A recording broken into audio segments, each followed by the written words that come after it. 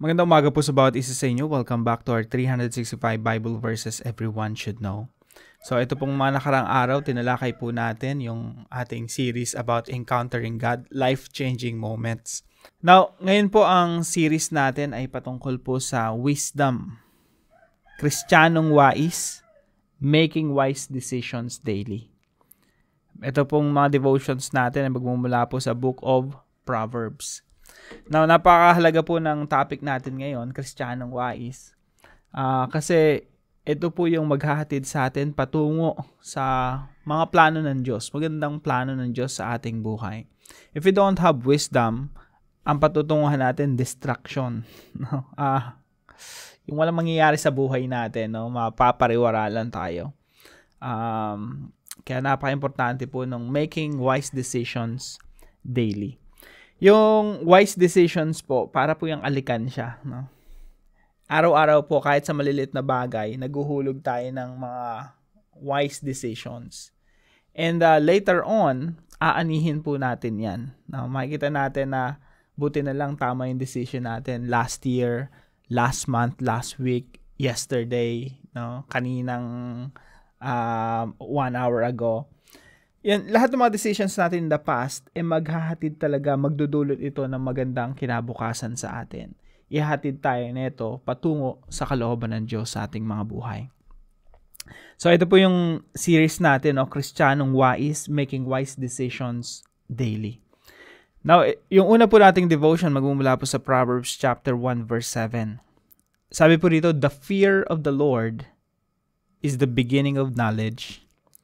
Fools despise wisdom and instruction. So bago po tayo magpatuloy, greetings muna kay Jonald and Jasmine Floriana. Salamat po sa inyong pagsubaybay. At kay Julian Rumay. I believe malaking tulong yung mga devotions natin pagdating sa ating paglagong spiritual. So, ayan, patuloy lang po tayo na mag-aral ng salita ng Diyos at lumago sa ating pagkakilala at pagsunod sa ating Diyos. Now, yung una po nating teaching ngayong umaga ay ito po, the fear of the Lord is the beginning of knowledge. Nakatuwa lang isipin, no? Kapag ikaw naging Kristiyano, automatic yan. Nagkakaroon ka ng kamalayan patungkol sa presensya ng Diyos, patungkol sa kalooban ng Diyos. Mas lagi ka nagiging conscious, Lord, ano ba yung kalooban mo sa buhay ko? Lord, tulungan niyo po ako ng mga decisions ko, maging kalugod-lugod sa iyo, no? Nagkakaroon tayo ng ganung kamalayan at the same time desire, bagong kagustuhan na maparangalan ng Diyos sa ating mga buhay. Kaya nga, normally, generally, pag sinabi nating Kristiyano, wise, no? Iba yung principle, no? Makikita mo talaga na pag Kristiyano ka, iba yung pananaw mo, iba yung principle mo, merong gumagabay sa mga decisions mo patungo sa Diyos. That's normal. That's in general. No? Of course, merong mga Christians na minsan, or a lot of times, they make foolish decisions. Pero as a general observation, no, makikita mo talaga na pag Kristiyano ka, iba pananaw mo. Iba yung pananaw mo kaysa sa mundo. Ibang klase kang mag-isip. Makikita mo talaga yung distinction between a Christian and non-Christian, a follower of the Lord Jesus Christ and those who don't follow the Lord. Kasi, bakit po ganon? Kasi po meron tayong takot sa Diyos. The fear of the Lord is the beginning of knowledge. Nagkakaroon tayo ng kaalaman, nagkakaroon tayo ng karunungan, katalinuhan, because of the fear of the Lord. Now, yung fear of the Lord, hindi naman po ibig sabihin nito ay yung takot ka sa Diyos na takot ka, hindi mo siya gustong makita or parang multo si Lord, no? Hindi ganon. Yung fear of the Lord, ang ibig sabihin po nito, you have this takot out of reverence. Pag sinabi kasing fear, paggalang sa Diyos, malalim na respeto at paggalang at pagsamba sa Diyos. Kaya madalas ko narinig before, kapag yung isang babae na Kristiyano, very fine Christian, may maliligaw sa kanya, yun yung pinakaunang standard niya. Merong fear of the Lord. Kasi kung wala nun, saan ka dadali ng isang lalaki if that person has no fear of the Lord? walang takot sa Diyos, walang respeto sa Diyos, walang mangyayari sa buhay mo. Kaya maganda rin talaga sa mga singles, no? Babae o lalaki. Yun yung standard natin lagi, fear of the Lord. Kasi, kung gusto mo magkaroon ng wais na asawa, kailangan merong takot sa Diyos. So, the fear of the Lord is the beginning of wisdom. Pangalawa po, fear and deep respect for God is the foundation of wise decisions. Paano mo malalaman kung ang isang tao ay wais o hindi? Yung taong mapapariwara o tutungo dun sa isang magandang destinasyon. Paano mo malalaman kung ang isang tao ay wise or gumagawa ng mga wais na desisyon? Unang-una po niyan, tingnan mo yung pundasyon. Ang pundasyon po niyan, tingnan mo yung puso. Yung puso ba niya, may takot sa Diyos?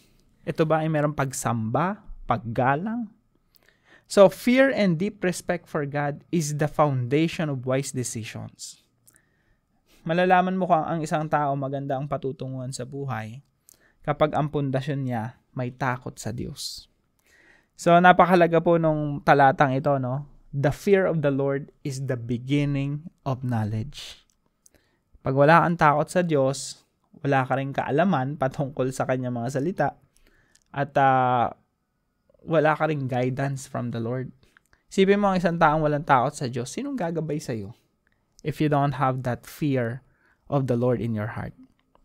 Number 3 po, a humble and teachable heart makes one a sponge of wisdom. Ang isa pong taong mapagkumbaba, and by the way, no, ang simula ng iyong Christian life ay nasa humility. No? Paano ka ba naging Christian? Paano ka ba naging mananampalataya tagasunod ng Panginoong Jesucristo? Nagsimula yan sa pagpapakumbaba. Ang pagsisisi kasi sa kasalanan, ang pagtalikod sa kasalanan, nagsisimula sa pagpapakumbaba sa harapan ng Diyos. Sinasabi mo, Lord, makasalanan po ako. I'm sorry. It starts with a humble heart and teachable heart. Now, pag pinagsama mo yung humility and teachability, or humble heart and teachable heart, nagiging sponge ka. Nagiging sponge of wisdom. You absorb wisdom, knowledge and wisdom. So, anong pinagkaiba ng sponge tsaka sa bato? Solid stone. Anong pinagkaiba nila? Ganito po yan. Pag binabad mo sila sa tubig, yung sponge nag-a-absorb ng tubig.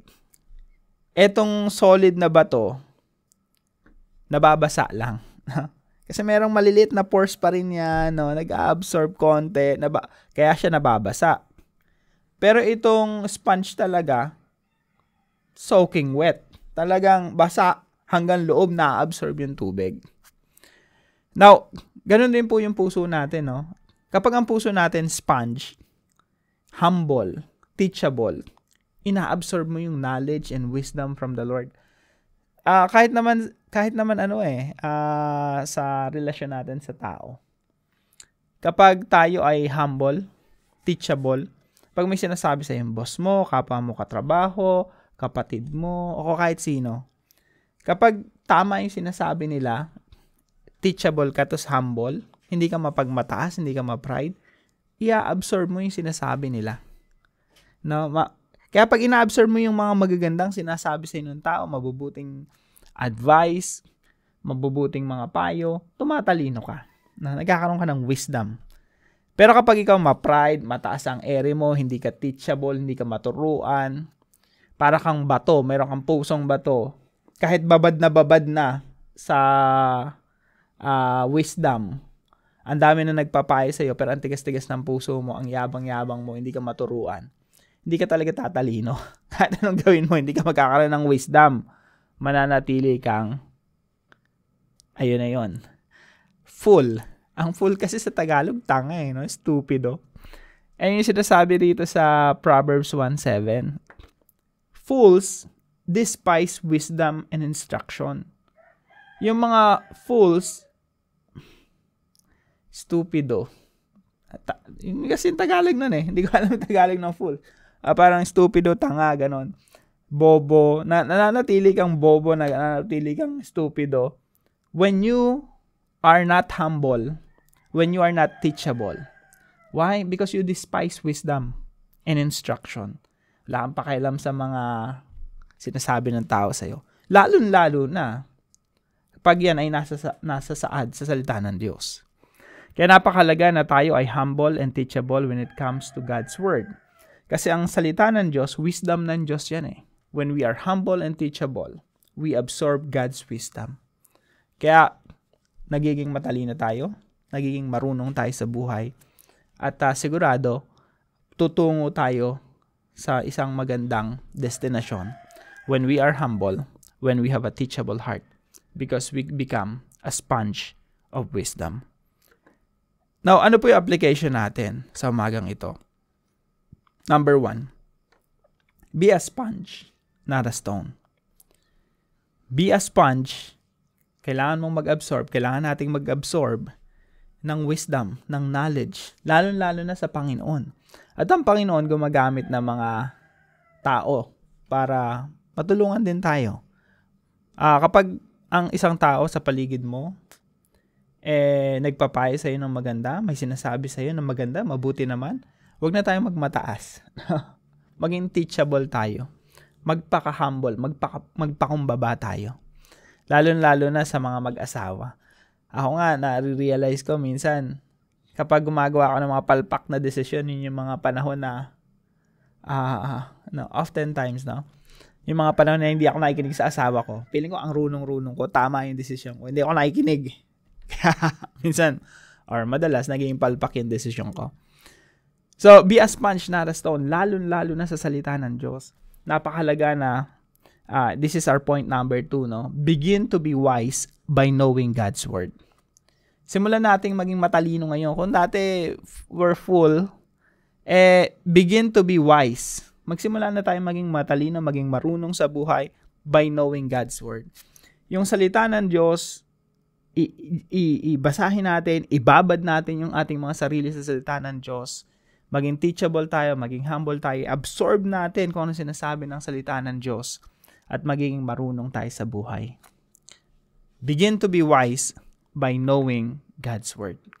Pangatlo po, be stable. Ano po ba yung stable? Immovable. Hindi ka mauga, hindi ka mayanig ng mundong ito, ng mga problema, ng mga pagsubok sa buhay. You're stable. Stable kang mag-isip. Ang opposite niyang erratic eh. Yung erratic, yung basta may maisip, gagawin na lang. No? O kaya kung ano na sinasabi, hindi napapag-isipan. Yung may pagka-erratic yung emotion, erratic yung pananalita, erratic yung desisyon. Now, yung stable naman, lagi kang sober. Ibig sabihin, lagi kang tamang mag-isip. Nasa tamang pag-iisip ka. Tama yung mga desisyon na ginagawa mo. So, be stable by making decisions that are honoring to God. Yan talaga yung magbibigay sa atin ng stability eh. Pag may mga options tayo, everyday lagi tayong may options. Now, ang kailangan natin, wisdom. Ano bang option na ang pipiliin natin? Ano bang mga decisions na gagawin natin? So, be stable by making decisions that are honoring to God. Laging ang tanong natin, Lord, will this honor you? Kapag ginawa ka ba tong option A over option B, kayo ba ay malulugod? Mapaparangalan ko ba kayo? Doon magkakaroon ng clarity eh. Nandun yung wisdom eh. Kaya the fear of the Lord is the beginning of wisdom, knowledge and wisdom. Now, when we make decisions out of reverence for God, out of deep respect for God, for sure, matalinong desisyon yon, marunong na desisyon yon. Kahit pa taliwas sa mundo, basta ayon sa Diyos, yun ay wise na desisyon at sigurado ko, maganda yung patutunguhan natin. Magiging maganda ang resulta ng mga decisions na gagawin natin. Lalo-lalo na kapag ang decision natin talagang tuwan-tuwa si Lord dahil yun ang decision natin. No? Be stable by making decisions that are honoring to God. Today, we will make decisions. We will have a lot of options. Lagi natin tanong, Lord, ano ba nakakalugod sa'yo? Ano ba yung nagbibigay sa'yo ng kalwalhatian? What gives you greater glory? So para po sa ating discussion, in terms of absorbing knowledge and wisdom, are you a sponge or a stone? Sagutin po natin yan sa ating mga discussion group. At para po sa ating panalangin, Father, teach me your ways and make me wise in all I do. Help me become sponge of your knowledge and wisdom. Guide me to your truth. It is my desire to be a sponge that absorbs the wisdom of your word. I want to make wise decisions, stable and honoring to you. May you be glorified in my life. In Jesus' name. Kung may natutunan po kayo sa devotion natin ngayong umaga, let us know in the comment section below. And please share this devotion to your family and friends. God bless you po. See you po tomorrow, 5 a.m. dito sa ating daily devotion.